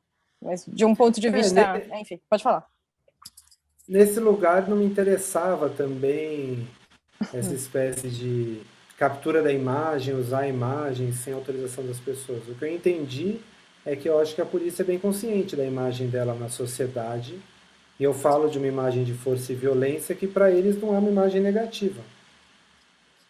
Eles exercem o direito à violência, eles têm consciência disso, eles não são ingênuos. E nesse sentido, quando eu mostrei o livro, não houve uma coisa assim, você está nos mostrando de uma imagem ruim, porque não é. É uma coisa que é o que é, num certo sentido. Então, acho que para eles eles aceitaram. Eu tive um comandante que havia mudado na hierarquia da polícia e ido para um departamento lá que ele não quis participar, ele pediu para sair do livro, eu troquei a foto nesse sentido, porque também não era sobre ele a questão, né? Não é sobre uma pessoa, eu não estou trabalhando com essa pessoa, estou tentando entender a emanação desse fato histórico no presente, né?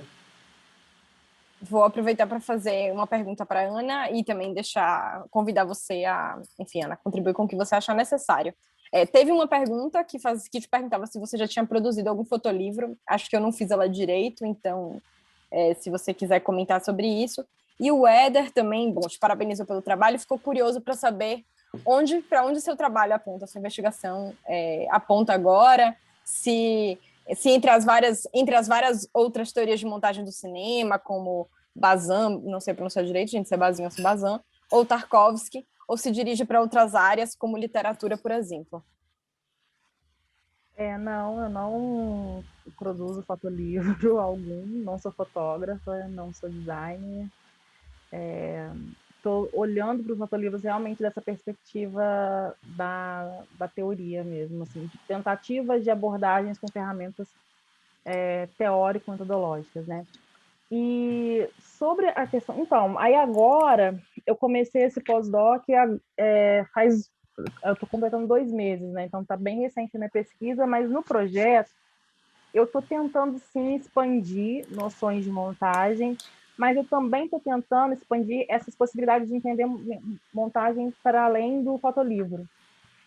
E aí, até por conta um pouco do programa onde eu estou inserida, que é um programa de literatura, então estou tentando pelo menos expandir para abordagens de artes visuais, ou em outros processos onde a gente encontra a imagem fotográfica relacionada a outros sistemas de linguagem, não necessariamente no livro, para tratar também como processo de montagem. Mas eu já tenho pesquisado algumas coisas sobre outras abordagens de montagem, mas a maioria está sempre bem relacionada às vanguardas e tal, e eu estou tentando encontrar ferramentas para novas perspectivas, assim, de na verdade, eu estou nesse caminho, assim, de tentar expandir noções de montagem, quanto tentar expandir as noções de montagem para outros processos de criação artística.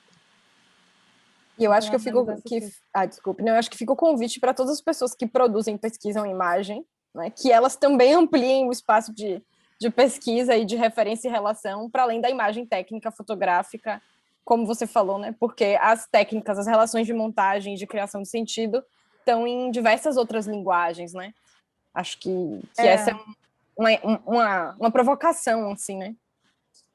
É verdade. Assim, a gente consegue, quando a gente não olha para isso como algo exclusivo ou característico do cinema, a gente consegue olhar para outros processos de criação artística, a gente muda o ângulo, né?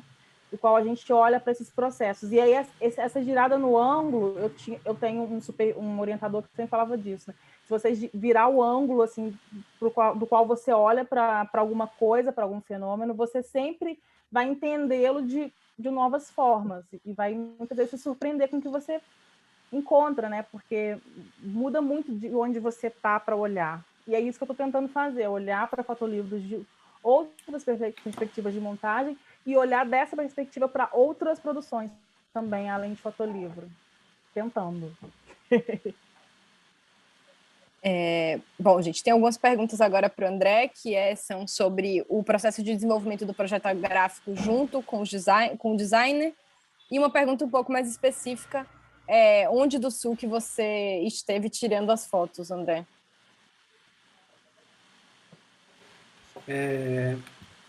O projeto gráfico tem um pedaço em que eu vou sentindo como que eu acho que aquele livro poderia dar conta do que eu estou sentindo. Então, uma coisa que fazia sentido enquanto eu ainda estava fazendo bonecos do Cabanagem, antes de trabalhar com os designers que fizeram um livro, que foi um estúdio espanhol indicado pelo Claudi e pelo Yatan, que eu tinha entendido que o livro não deveria ter borda branca, que existia uma coisa de penetrar ali no norte, de navegar aquele mundo que nos abraça quando você está lá, então que ele deveria ser um livro que não tinha borda, por exemplo.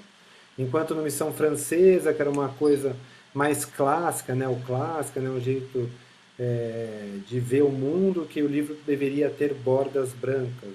E daí com esse tipo de ideia eu vou trabalhar com os designers e aí eles trazem ideias de tamanho, formato, papel, né, tipo de capa, tipo de embalagem. Então, sei lá, eu sentia que o Cabanagem tinha uma coisa de documento histórico que seria legal vir dentro de um pacote. Aí os designers desenvolveram um envelope desse de documento. Então acontece isso. Depois, toda uma coisa que fica em conjunto entre a minha sensação do que o livro poderia ser e daí o que o designer traz. Eu geralmente chego já com uma proposição, assim, entre ser com borda, ser sem borda, ser um livro clássico, ter a ver com documentos guardados, né?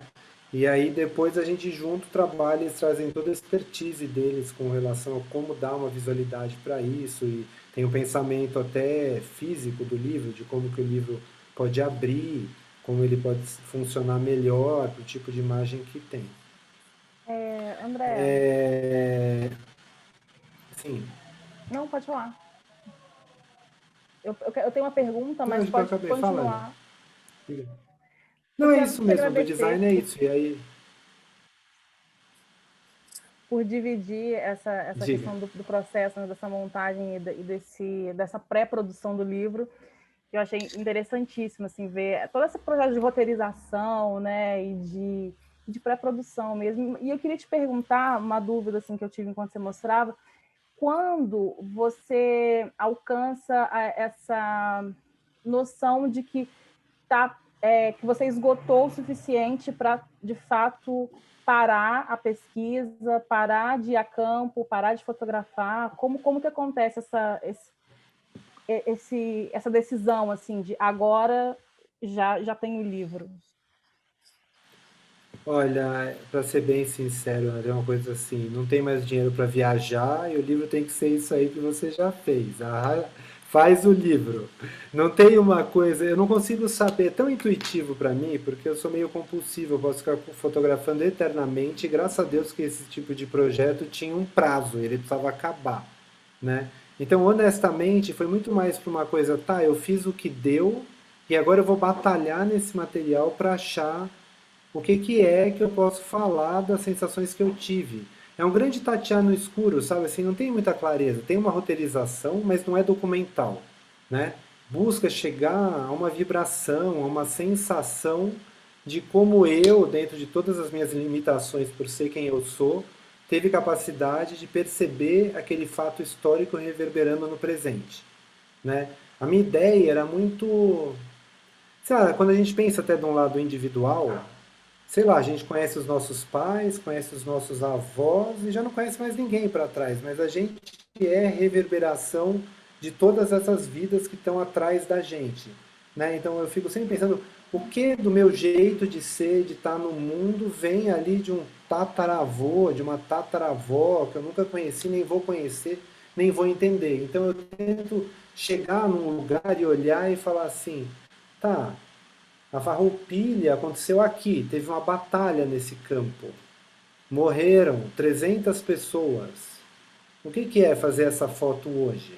O que nessa imagem que eu criei pode comunicar para o observador, para além de tudo que eu sei que não está na imagem, né? Porque eu tô lá, eu estou sentindo o clima, o vento. E eu crio um número enorme de imagens e depois eu tento achar uma espécie de música que dê conta disso, sabe? Sem que eu tenha muita. A construção não é muito lógica, sabe, gente? São noites e noites de loucura no ateliê tentando dar ordem numa coisa e que depois eu mostro para pessoas que eu confio, né? O Felipe Russo, que é meu grande amigo, o Ivan Padovani, que é amigo, o Iatan, sabe, a minha companheira, que é a Carla, que é artista também. Eu vou mostrando o livro e vendo o que as pessoas estão dizendo, o que elas estão entendendo daquele fluxo de imagem sem texto. Muitas vezes eles dizem isso aqui é repetitivo, isso aqui me tirou dessa narrativa que estava construindo, essa junção aqui para mim não faz sentido. E aí eu vou, tipo, aí a partir do que eles falam, eu vou reconstruindo, até um dia que eu juro, eu olho e falo assim, é isso. Eu não sei explicar, é o melhor que eu posso fazer, é o que é, e eu vou parar por aqui. E muitas vezes isso é perto do prazo que tem que acabar o projeto, sabe assim? Precisa ir para a gráfica no dia tal ali, tipo, acabou, acabou. É o que deu para fazer. E fica aí, né? Eu acho que é uma mágica total juntar imagens. É uma mágica, é um mistério. A gente nem entende direito a fotografia em si, né? Se você dá tempo a ela e mergulha nela, a gente vai para um universo, né? Duas, três, uma sequência, você está criando uma outra mágica, né? Olha, lugares que eu fui para o sul, só para não deixar passar, eu tenho uma memória terrível, gente, eu peço desculpas, assim, mas eu fui para, bom, muito em Porto Alegre, ao redor de Porto Alegre, eu fui para Bagé, eu fui para Pinheiro Machado, eu fui para uma cidade lá na fronteira com o Paraguai, que eu já não lembro mais o nome, eu peço desculpas, assim, porque eu tenho um problema com memória de nome, assim, até com pessoas que eu conheço. Eu não fui, como na cabanagem, não é que eu viajei o Rio Grande do Sul inteiro. Teve histórias da Farroupilha que aconteceram assim, na mesma época e de revoltas ali que aconteceram em Santa Catarina, por exemplo. Eu não faço isso, eu escolho alguns lugares específicos que eu acho que podem sintetizar uma sensação, né? Então, vários lugares na cidade de Porto Alegre, daí eu fui para Bagé, porque era a Ciranda das Prendas daquele ano, era em Bagé. Aí eu fui para Pinheiro Machado, onde era o Cerro de Porongos, né? E eu fui para essa outra cidade, que agora esqueci o nome, onde era a casa Eita, agora esqueci o nome. De um dos líderes da Farroupilha, que daqui a pouco eu lembro o nome. Então, é assim, não é uma tentativa de cobrir geograficamente todos os lugares onde aconteceram todas as batalhas da revolta, porque eu não tinha nem verba para viajar tanto nos projetos. Assim, então, eu busco coisas mais específicas. Gente, eu acho que a gente vai encerrando aos poucos, então eu vou aproveitar. Acho que algumas perguntas vale a pena fazer, se for diretamente sobre o projeto do André e sobre o projeto da Ana, vale a pena fazer para eles também, são pessoas bastante acessíveis para conversar sobre os processos. A Letícia pergunta, André, sobre, porque a gente tem discutido em algumas conversas aqui sobre a inclusão ou não do texto no fotolivro, né? A relação entre palavra e fotolivro. Então, ela pede para você contar um pouco sobre a sua decisão de incluir um volume de grande texto e em 2 línguas no trabalho final. E eu vou aproveitar para fazer uma pergunta para a Ana sobre o desafio, então, de escrever sobre imagens, principalmente dentro do campo da semiótica, que eu sou um pouco leiga, assim, sou bem amadora na semiótica, falando sobre, mas quais são os desafios que você percebe em produzir textos sobre imagens, se debruçar sobre sobre métodos de análise de objetos como fotolivro, né, que reivindicam, digamos, outros mecanismos de construção de sentido, assim. Quer que eu responda primeiro, é isso? Pode. Sobre a Letícia, a Letícia é uma grande amiga minha, mando um beijo para ela também, muita saudade, é uma amiga minha de muitos anos que a gente não se vê agora há bastante tempo. Então, Leti, um beijo para você. Bom, a gente, sei lá, a gente tem desejo, acho que todo mundo que faz um livro hoje também imagina que gostaria que o livro circulasse fora do Brasil. Então, ele ser bilíngue, esse é o motivo. Eu queria que eles tivessem textos de historiadores que contextualizassem as imagens sem explicar as imagens. Então, todos os 3 livros têm textos de historiadores em que nenhum deles tem relação direta com as minhas imagens. Eles falam dos fatos históricos sem se relacionar. Então, é como se eles fossem uma outra camada do livro, sem que as 2 camadas são paralelas, não se encostam, mas são igualmente importantes na tentativa de gerar um sentido para o observador.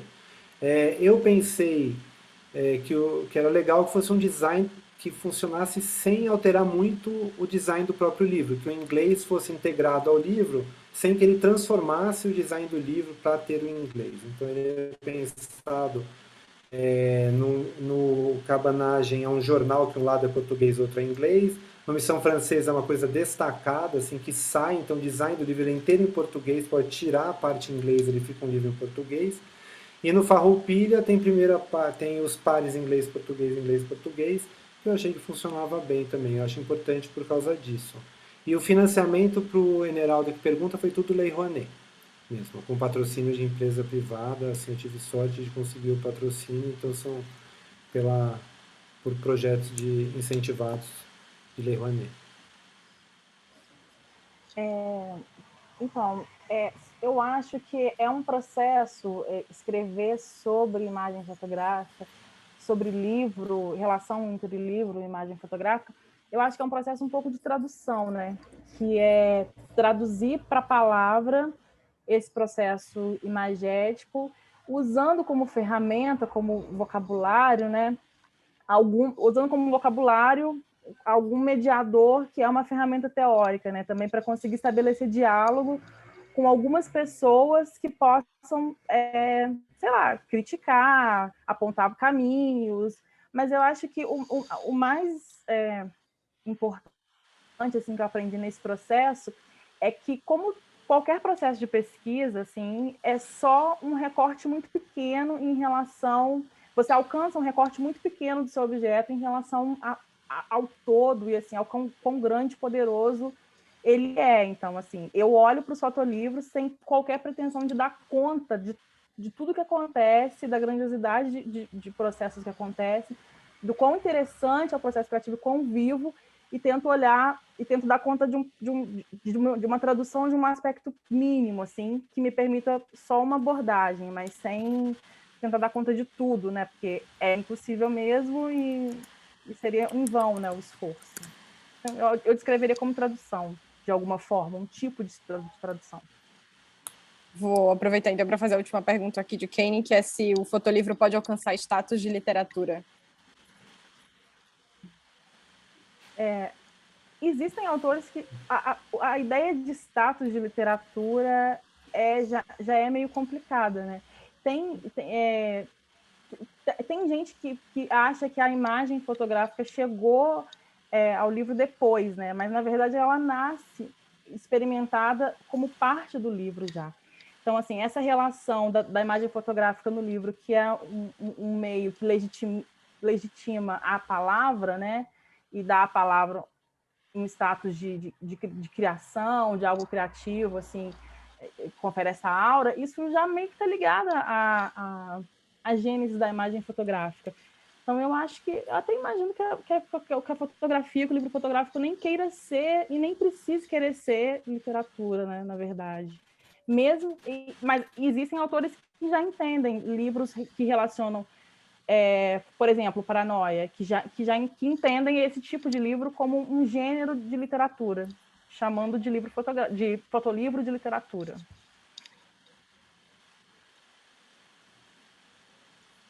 Eu concordo com a Ana, e eu acho que também o fotolivro é uma mídia em si, com a sua potência, no que ela é, assim, eu acho que ela traz,